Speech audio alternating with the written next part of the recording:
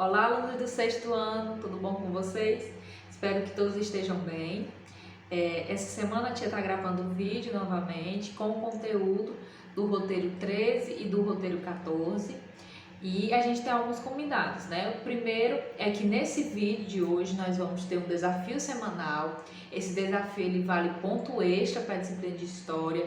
É um desafio bem simples, vocês vão executar ele. A tia vai falar ao decorrer do vídeo e vocês irão mandar para o meu número privado.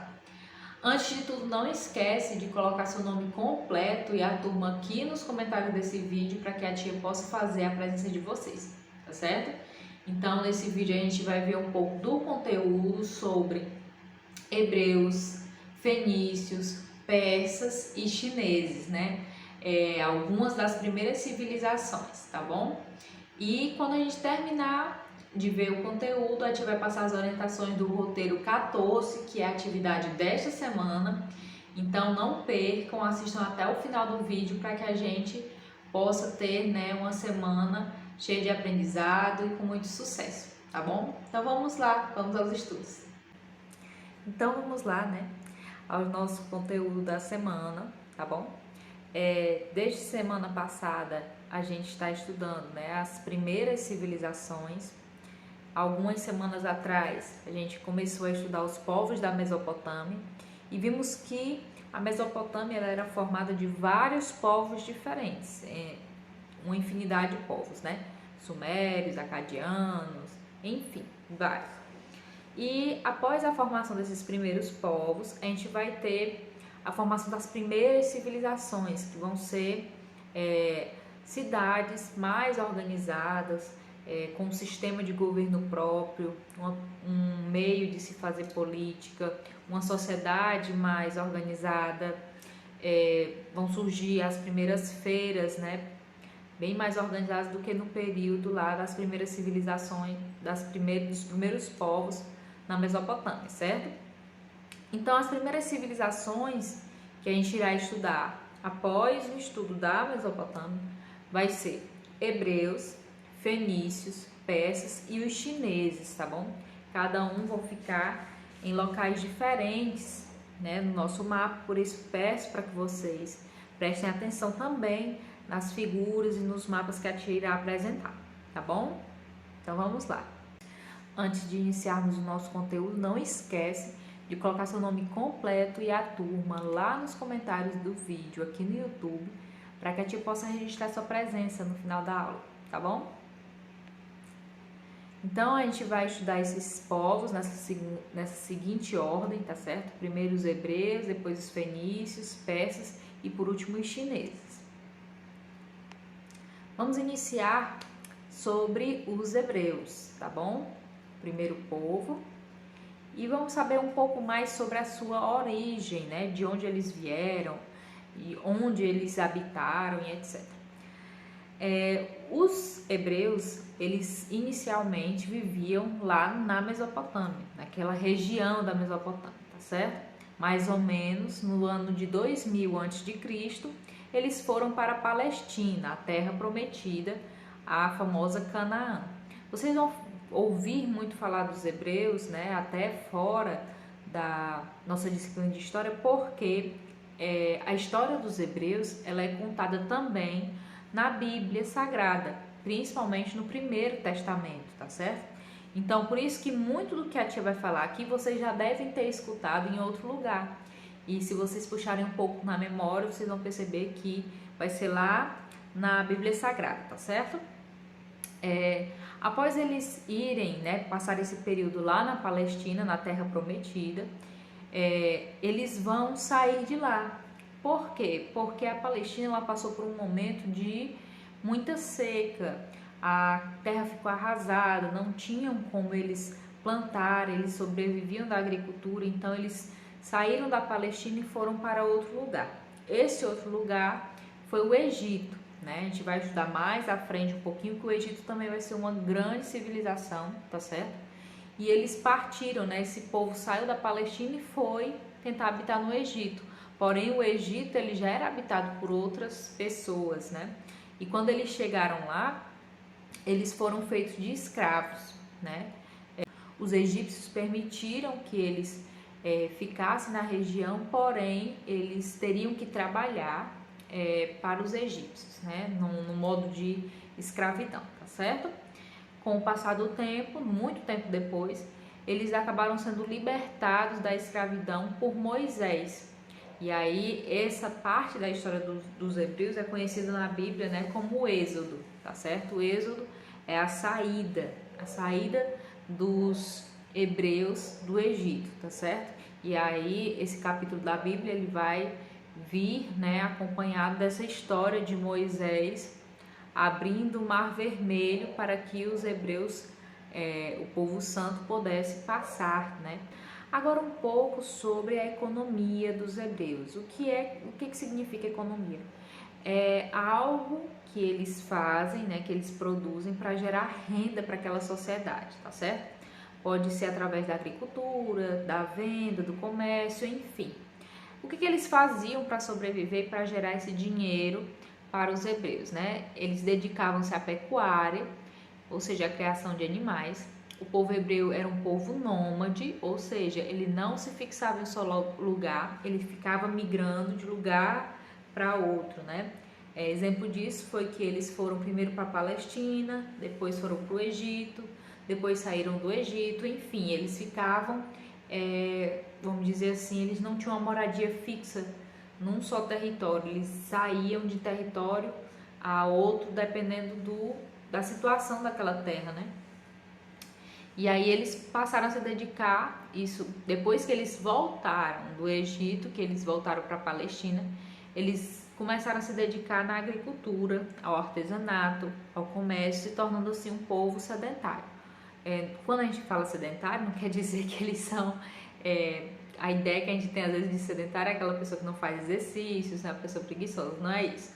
Sedentário na história a gente quer dizer que é a população que se fixa em um só lugar, né? Eles ficam naquele lugar e não saem para outro, tá certo? E aí eles começam a habitar nessa região da Palestina, conseguem plantar e criar animais e se fixar naquele lugar, tá bom? A religião.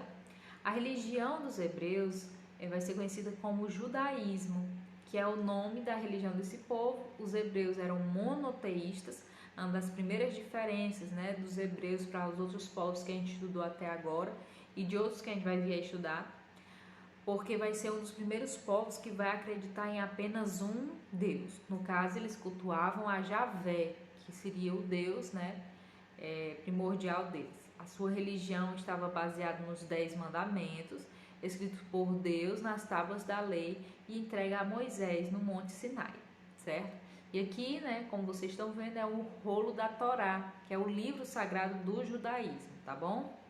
Então, como a Tia já falou, para fixar na memória de vocês, os hebreus é um povo monoteísta, ou seja, acreditam em apenas um Deus, tá ok? Agora vamos falar um pouco da sociedade, como é que a sociedade estava dividida, né, entre os hebreus. A organização governamental do povo hebreu passou por 3 períodos: patriarcas, juízes e reis. Essa organização, quando a gente fala, é a organização política, como é que eles governavam a população, como é que eles governavam o povo. Primeiro passou um momento que era o governo dos patriarcas, que foi o período da história de Abraão, Isaac e Jacó. Depois passou o período dos juízes, que foram Sansão, Otoniel, Gideão e Samuel. E por último o período dos reis, né, que foram Saul, Davi e Salomão, tá certo? Após a morte do rei Salomão e na sequência da revolta do povo contra a desigualdade social oriunda do pagamento de altos impostos, a Palestina foi dividida em 2 reinos, formados por 10 tribos de Israel e por 2 tribos de Judá. Anos mais tarde, os reinos foram conquistados pelos assírios e pelos babilônios, respectivamente. Data dessa altura o cativeiro da Babilônia. Séculos depois, Jerusalém é destruída e os judeus são obrigados a dispersar-se. É conhecida a diáspora judaica.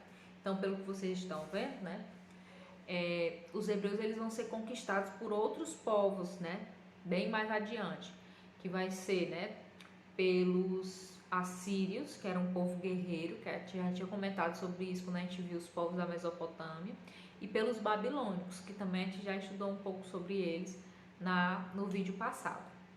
E após essa conquista, né, pelos babilônicos, os judeus eles são obrigados a dispersar-se, ou seja, se espalhar pelas regiões, certo? Eles não vão ficar em um local fixo como era antes.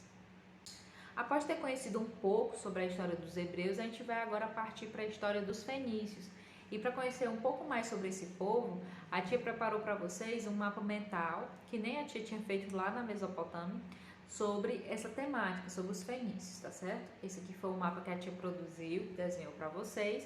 E aí a gente vai ver um pouquinho sobre cada parte desse mapa, tá?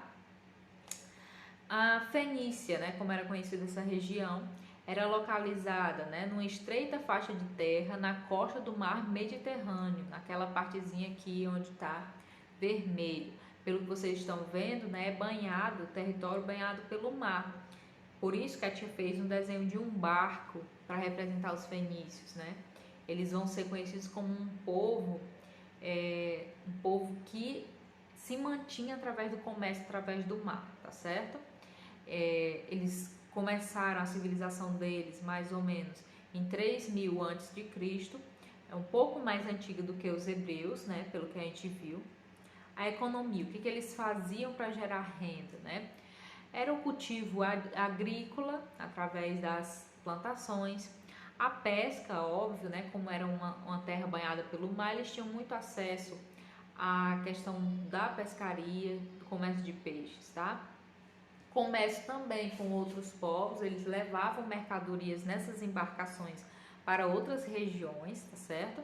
As mercadorias vendidas pelos povos fenícios era muito valorizada, principalmente o cedro, né? A madeira que eles construíam os barcos, que era uma madeira muito forte, muito resistente, tá certo? E outra característica, os portos comerciais. O que são portos? É onde o navio ele ancora, ou seja, é o lugar onde aquele navio fica parado esperando ser carregado de mercadorias para ele poder seguir a sua viagem. É como se fosse uma rodoviária, só que de navios, por isso que é chamado de portos, tá certo? Outra curiosidade sobre os fenícios, né? Eles utilizavam um tipo de molusco, né? Um tipo de animalzinho que vive no mar, para pigmentar, ou seja, para tingir os tecidos com a cor púrpura. Púrpura, no caso, a cor roxa, tá certo? Era algo luxuoso e era utilizado na confecção de vestimentos para os nobres. Então, os tecidos de cor púrpura, tecido na cor roxo, era um tecido muito raro, né, na época, e era utilizado para fazer as roupas dos nobres, das pessoas muito ricas, né, geralmente de reis, faraós, etc. Porque era muito raro esse tipo de tecido, tá bom? Outra característica dos fenícios vai ser o intercâmbio cultural, por conta desse comércio, né, que eles faziam com outros povos. Os fenícios eles vão aprender muito com as outras civilizações e também vai ensinar também outras coisas novas para essas civilizações, tá certo? Então os fenícios eles contribuíram para a troca de conhecimento entre os povos através das trocas comerciais e troca de mercadorias, tá bom? Outra característica são as principais cidades fenícias, né? As principais cidades, né? Os nomes: Biblos, Sidom, Tiro, e as colônias Cartago, Palermo e Gades, como cidade-estado. O que vai ser cidades-estado? Vão ser cidades que, apesar de serem, né, do domínio fenício, elas vão se autogovernar. Cada cidade dessa ela vai ter um modo de governo diferente da outra, tá certo? Outra característica importantíssima sobre os fenícios vai ser com relação ao alfabeto fenício.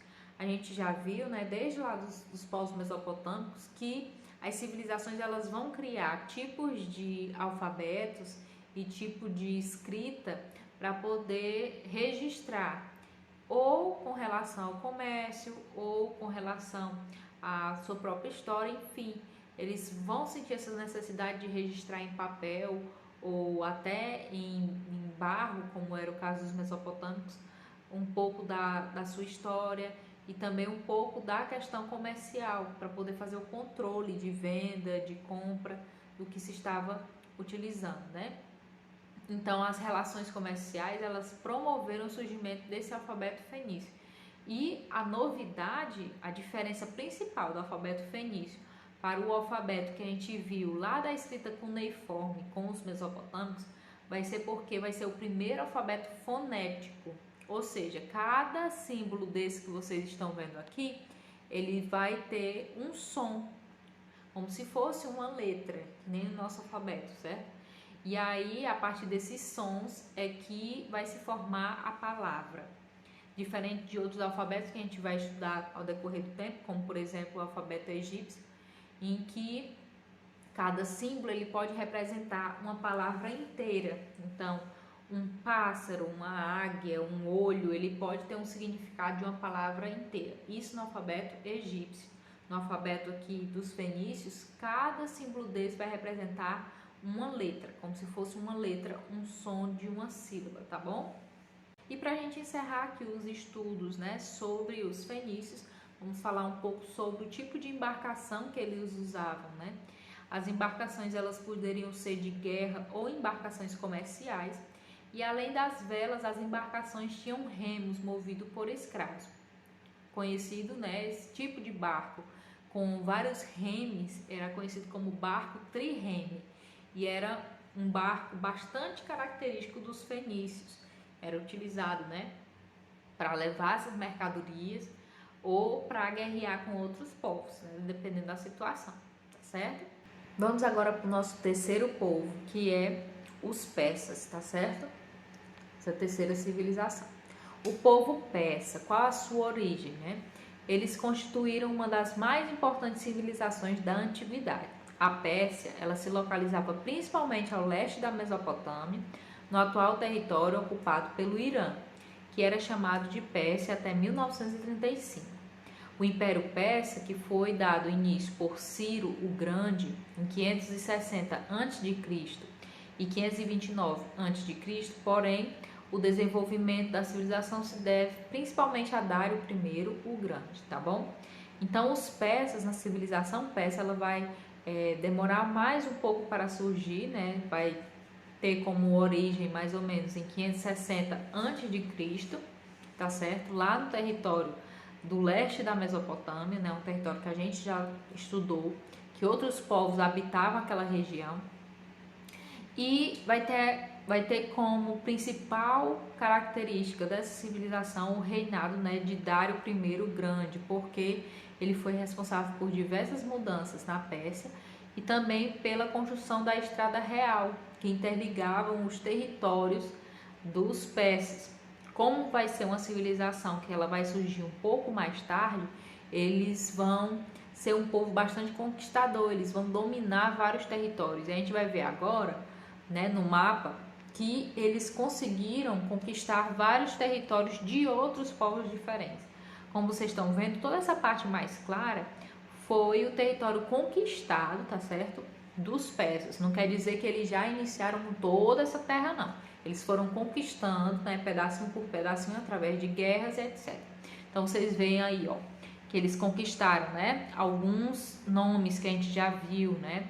O Egito, a Babilônia, a parte ali, ó, da Mesopotâmia. Vão ter vários outros povos que eles vão conquistar, todos esses aí nessa região mais clarinha, tá bom? Então, um território imenso, até basicamente ali fazendo divisa já com o território da Índia. Vai ser um território bastante extenso que eles vão conquistar através das guerras. A política do povo persa, né? Todos os povos que eram conquistados pelos persas tinham que pagar imposto. Então, se os persas, né, guerreassem com o território e aquele território perdesse, aquela região, aquele povo que perdeu tinha que pagar um imposto para os persas, dar dinheiro, né, para eles. Os persas, eles foram os primeiros povos a realizar uma reforma política e administrativa, e o sistema político e administrativo da civilização persa possuía um nível de complexidade maior em relação às outras sociedades do período, né? Eles tinham um modelo de organização e de arrecadação desses impostos desses outros povos bastante diferente de outros povos, de outras sociedades que a gente já estudou.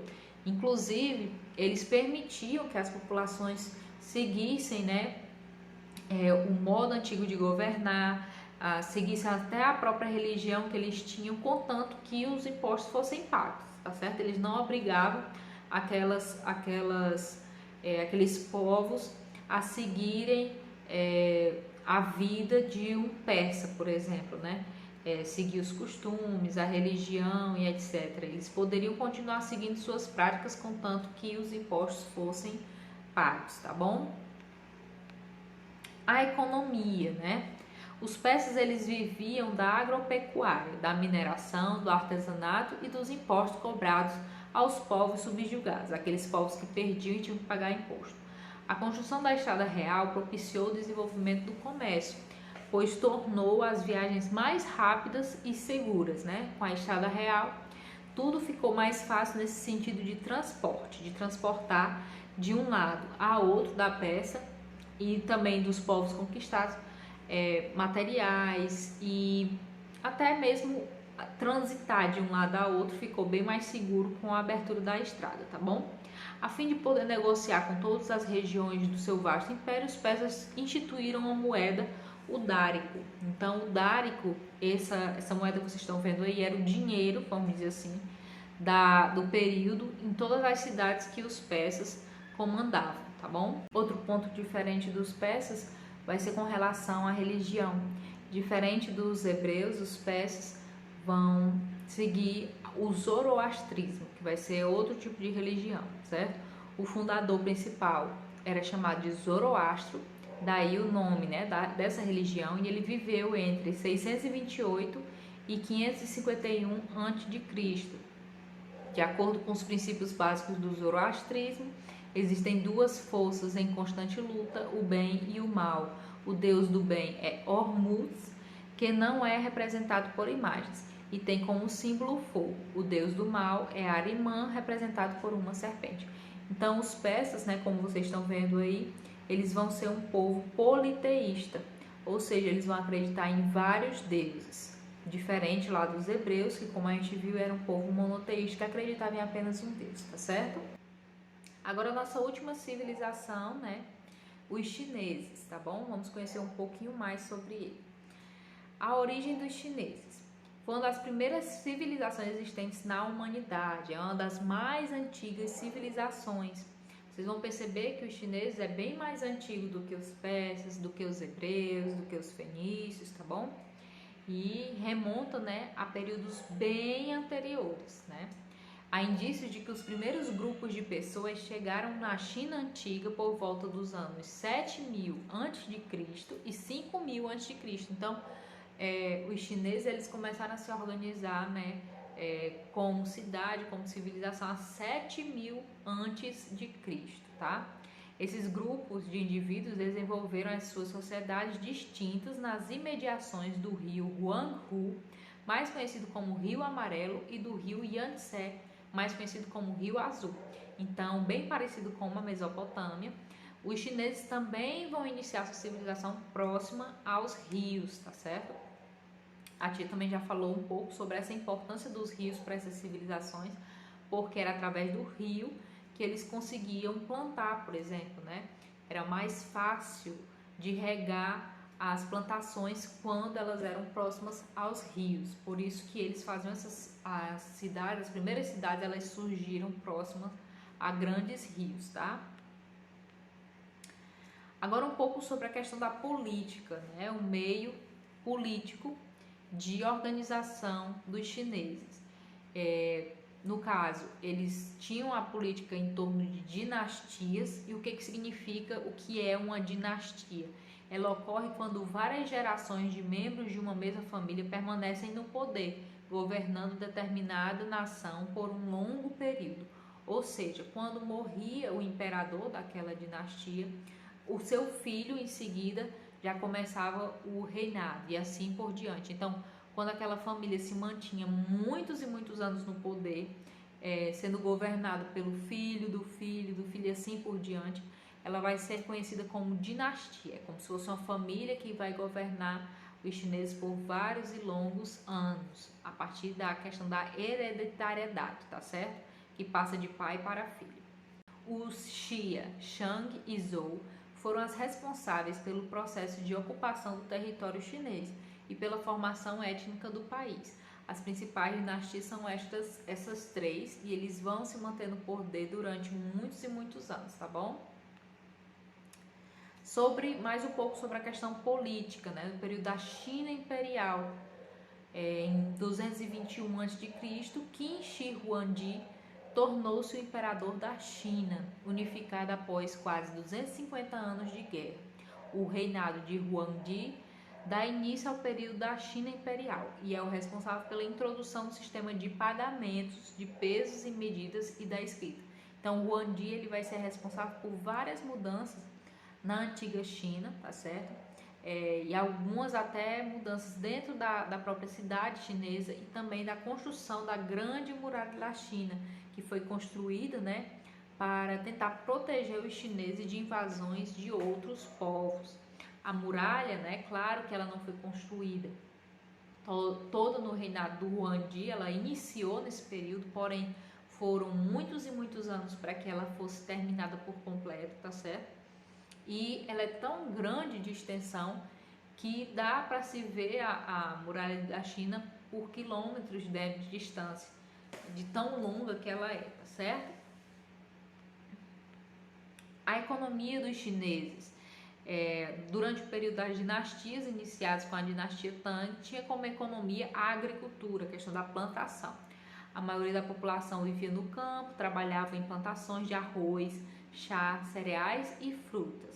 Havia os núcleos urbanos, onde era possível encontrar muitos artesãos, trabalhadores especializados e trabalhadores braçais, que eram responsáveis por carregar água, construir estradas e fazer a limpeza dos locais públicos.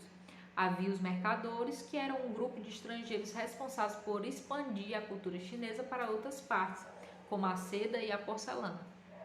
Vão ter produtos que apenas os chineses fabricavam. Exemplo disso é a própria seda e a porcelana. A seda era um produto que era tão raro que eles nem revelavam como era produzido essa seda, que era para outras civilizações, outros povos não começassem a produzi-la, porque se outros povos começassem a fazer também a seda, poderiam vender, né, e ser concorrente, né, dos chineses. E os chineses esconderam por muitos e muitos anos o segredo, né, de se produzir esse tipo de tecidos, de produzir a seda, tá bom? Aqui nós vamos ter um pouco sobre a sociedade chinesa, como é que ela era organizada. Aqui a gente tem no formato de uma pirâmide. Essa pirâmide é apenas para ilustrar como é que estava dividida essa sociedade. A camada de baixo, essa parte vermelha, a gente vai ter os camponeses. Por que eles ficam lá embaixo? Porque era, como vocês veem, a camada maior. Então era a camada de mais quantidade de pessoas que estavam nesse grau, que eram os camponeses. Então tinham vários milhares de camponeses, e eles ficam embaixo também por conta do seu poder aquisitivo, poder sobre os outros. Então, os camponeses ficam embaixo. Acima deles vem os altos funcionários, né? Uma quantidade, uma parcela um pouco já maior, e que já em questão de poder eles eram mais importantes, vamos dizer assim, do que os camponeses. Depois vem os nobres, né? Que seriam os familiares do imperador. Já vem em seguida dos altos funcionários e por último lá no topo o imperador, né? Uma só pessoa que governava toda a China imperial, tá bom? E vamos agora para a questão da religião, que também vai ser totalmente diferente dos persas, dos hebreus e dos fenícios. As duas principais correntes religiosas chinesas vão ser o taoísmo e o confucionismo. Estavam ligados à filosofia. O taoísmo crê na concepção de que o universo é controlado por duas forças opostas e complementares. O yin, que simboliza a passividade, a noite, o frio e o feminino, e o yang, que simboliza a atividade, o dia, o calor e o masculino. Vocês com certeza já devem ter visto esse símbolo, né, em algum lugar. Ele é conhecido como Yin Yang, tá certo? E ele simboliza a religião da antiga China, né, que é o taoísmo. Hoje em dia, alguns ainda seguem o taoísmo na China, porém a China ela é muito diversificada com essa questão da religião, né? Eles seguem várias religiões diferentes, inclusive quando a gente for ver novamente os chineses um pouco mais à frente, tá certo? A gente vai perceber que ele vai sofrer também alterações na religião, porque eles vão seguir o hinduísmo, por conta também da influência de outros povos, tá certo? Já o confucionismo origina-se das ideias do filósofo Confúcio, e seus valores são humanidade, senso de justiça, ritual, conhecimento e integridade, aliados ao respeito e à tolerância aos cultos dos antepassados, tá certo? Então, o confucionismo ele liga-se muito mais à questão de filosofia, da difusão de pensamentos, porém também é uma filosofia, um modo de se viver. Então, ele também é considerado uma religião, tá bom? Então vamos agora para o nosso desafio semanal, o desafio dessa semana, um desafio bem fácil e vai ser bem legal para vocês, que vai ser realizar uma pesquisa, tá certo? Que pesquisa vai ser essa e como é que vocês vão fazer, tá certo? Vocês vão realizar uma pesquisa sobre curiosidades, no caso sobre curiosidades sobre os povos chineses, que foi esse último que a gente viu agora. Tia, então eu vou pesquisar o quê? Vocês podem pesquisar sobre a muralha da China, alguma curiosidade sobre ela. Podem pesquisar como é que os chineses fabricavam a seda, já que eles escondiam esse segredo por muito tempo. Podem pesquisar um pouco sobre a questão da porcelana chinesa. Pode procurar também sobre os fogos de artifício, que também é uma invenção, né? A pólvora vai ser a invenção dos chineses. Então, vocês vão fazer uma pesquisa sobre um desses temas que a tia falou agora, ou sobre a muralha da China, ou sobre a seda, ou sobre as porcelanas, ou sobre os fogos de artifício. Vai fazer essa pesquisazinha e vai me mandar no meu número privado. Não precisa copiar no caderno, vocês podem ler para mim, mandar um áudio lendo o que vocês acharam sobre essa pesquisa, quais informações vocês encontraram, tá certo? E me manda lá no meu número privado, para garantir o pontinho extra na disciplina de História. Vamos agora rapidinho para o nosso roteiro de atividades, né? O roteiro 14. Como a gente viu aqui, ó, a Mona Lisa já está com uma roupa nova, né? Ela tá toda chinesa hoje, até o olhinho puxado ela está. E tem uma mensagenzinha, a tia vai ler agora. Olá, tudo bem com vocês? Olha só onde vim parar. Depois de uma temporada no Oriente Médio, resolvi dar uma passada no Extremo Oriente, mais precisamente na China. E estou gostando muito de brincar de pipa, quem sabe eu não levo uma para o Brasil. Nesta semana, conhecemos os persas e os chineses. E para o sucesso das nossas aulas, é importante que você fique atento às orientações contidas no roteiro. Então, vamos lá. No primeiro passo, a gente vai ter um texto, tá? Sobre os persas, para complementar esse estudo que a gente fez agora no nosso vídeo. Vai falar um pouco, né, sobre a religião dos persas, que a gente comentou. E ao final do texto sobre os persas vai ter já a nossa primeira atividade do roteiro. Não esqueçam de fazer essa atividade antes de começar a atividade do livro. E a pergunta é: os persas, e como veremos também os chineses, baseavam sua economia principalmente na agropecuária e no comércio. E sua família, que atividade econômica pratica? Comente. Você vai falar um pouco o que a sua família faz para se manter economicamente, para trazer o dinheiro para casa, por exemplo. Qual é o tipo de trabalho do seu pai, da sua mãe, o que faz para gerar essa renda, né? Tá certo? Vão comentar um pouco, podem pedir ajuda aos pais de vocês para fazer essa questão e vai registrar no caderno, tá certo? Vai ter um texto sobre a China antiga, que a gente também já viu um pouco sobre a China aqui no vídeo. Vai falar também, ó, sobre a Grande Muralha, que também está no nosso desafio semanal, vocês podem fazer uma pesquisa sobre ela.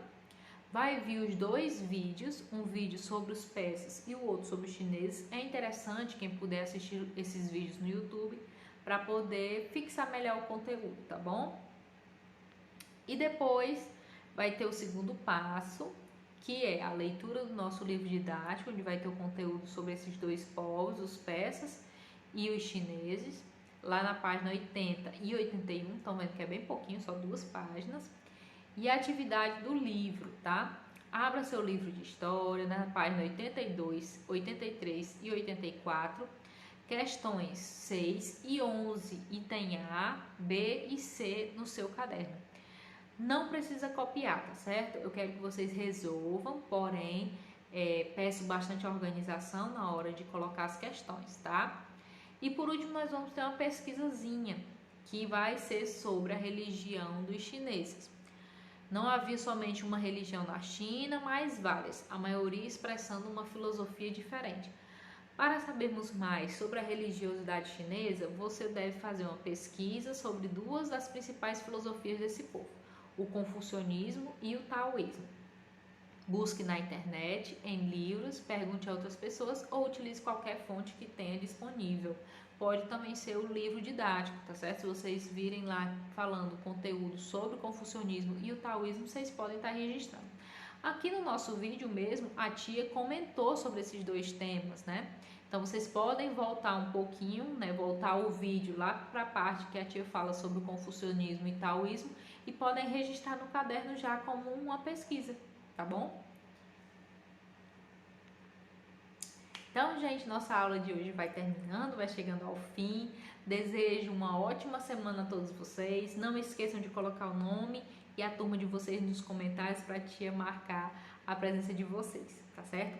Um beijo grande. Até semana que vem. Semana que vem nós vamos ter um encontro lá no Google Meet. Depois a tia vai marcar os horários com vocês durante a semana que vem, tá bom? Não esqueçam de mandar a foto do roteiro e da atividade. Um beijo grande. Até mais.